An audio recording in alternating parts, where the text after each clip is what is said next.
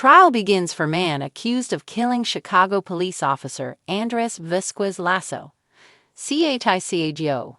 Opening statements will be delivered in the trial of the man accused of fatally shooting Chicago police officer Andrés Vásquez Lasso more than 2 years ago.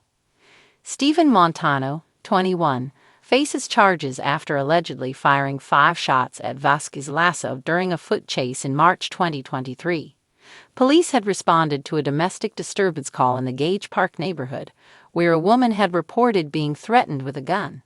The confrontation ended in a schoolyard as children hid behind playground equipment.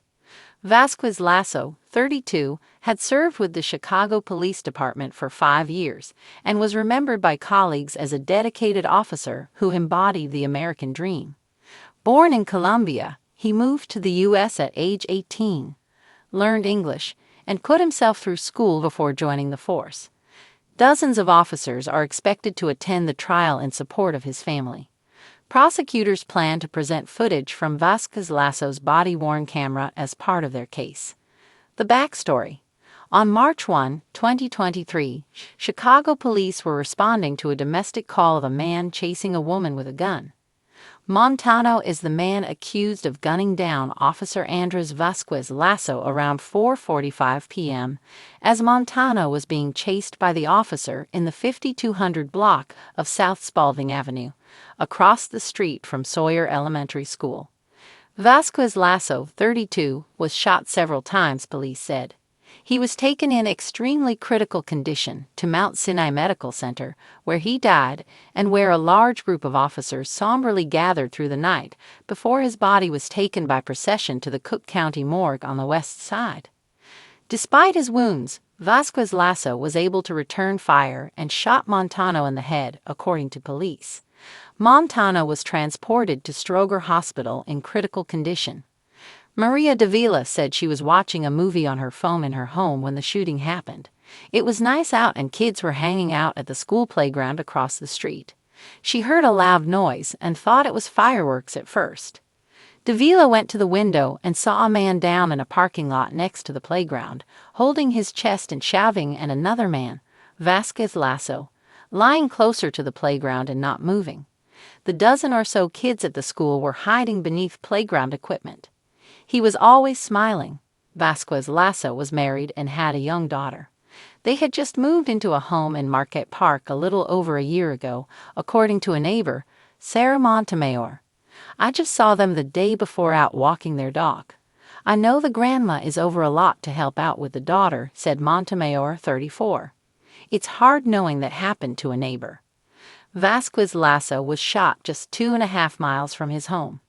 A day after the shooting, 4 police officers from the Chicago Lawn Police District arrived at the scene of the shooting with flowers for a memorial.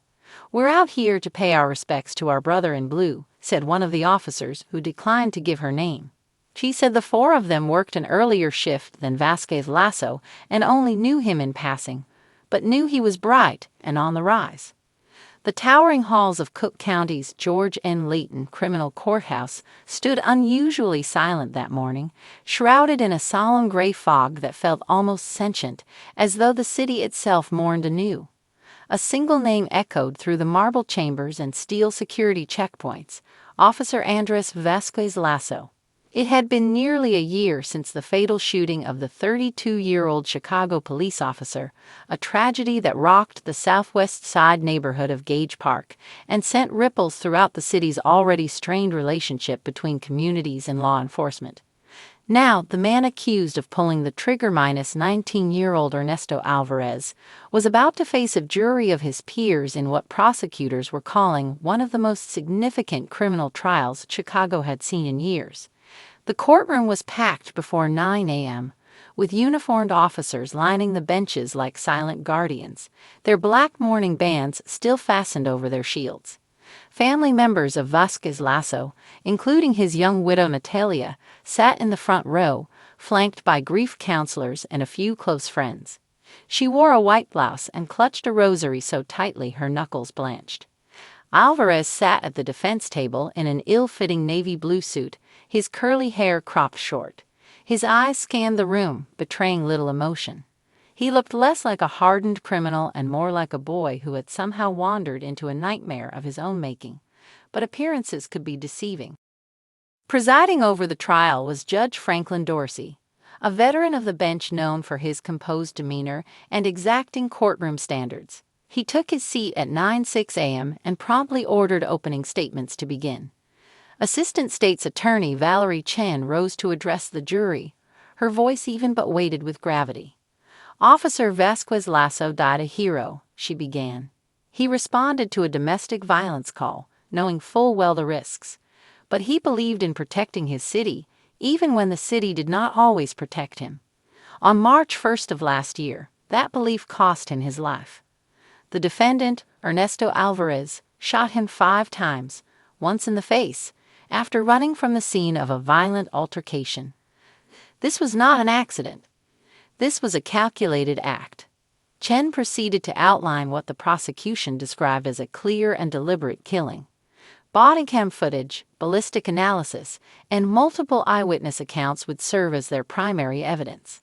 The prosecution was prepared to show that Alvarez had pulled a gun during a chase and turned to fire directly at Vásquez Lasso, who had identified himself and ordered him to stop multiple times.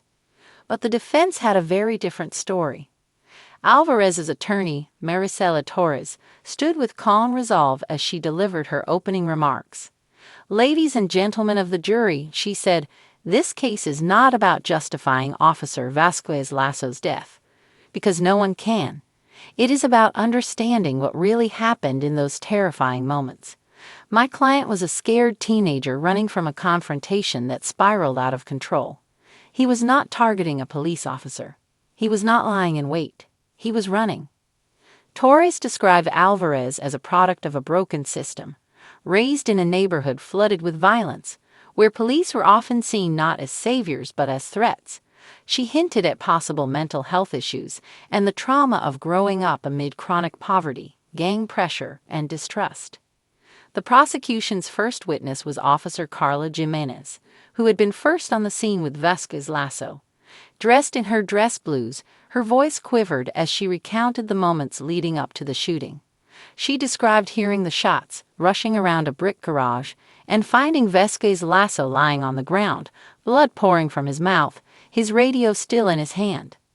"I tried to stop the bleeding," she said, tears streaking her cheeks. "I kept saying, 'Stay with me, Andy. Just stay with me.'" Jurors leaned forward in their seats, their expressions tense. As the trial continued over the course of several days, the courtroom became a crucible of pain, remorse, and an aching sense of what if. Prosecutors presented graphic images from the scene, while forensic experts confirmed that the bullets retrieved from Vásquez Lasso's body matched the firearm found on Alvarez. But the defense pressed forward, calling witnesses from Alvarez's community, teachers, neighbors, and even a former counselor, who painted the portrait of a confused young man who had fallen through every crack in the social system. One witness, Ms. Talia Ortiz, a high school teacher, testified. "Ernesto was never a violent kid. He was angry, he was lost, but he wasn't a monster." Still, the prosecution rebutted with text messages and social media posts where Alvarez flaunted firearms, glorified gang culture, and taunted police. One chilling message from just 2 days before the shooting read, "They get one of ours, we get 2 of theirs." The weight of that message sank heavy over the room like a pall. By the end of the week, the prosecution rested. The courtroom had seen tears, raised voices, and moments of eerie silence as jurors processed the emotional toll of the evidence. In his final statement, State's Attorney Chen reminded the jury, "This isn't just about a boy with a gun. It's about choices. Ernesto Alvarez made the choice to pull the trigger. He made the choice to run. Officer Vásquez Lasso didn't have a choice that day. He showed up to protect. He died doing his job." Torres countered with an emotional plea. "Justice is not vengeance," she said. "It is fairness. And fairness means you must consider intent, circumstance, and age. My client is not beyond redemption. He made a terrible, tragic mistake. But he is not beyond humanity." The jury was excused to deliberate, and the city outside held its breath. In the hallway outside the courtroom, Officer Vásquez, Lasso's former partner, stood silently with a folded photo in his hand, a picture of the fallen officer during a training session, grinning wide, badge freshly pinned to his chest.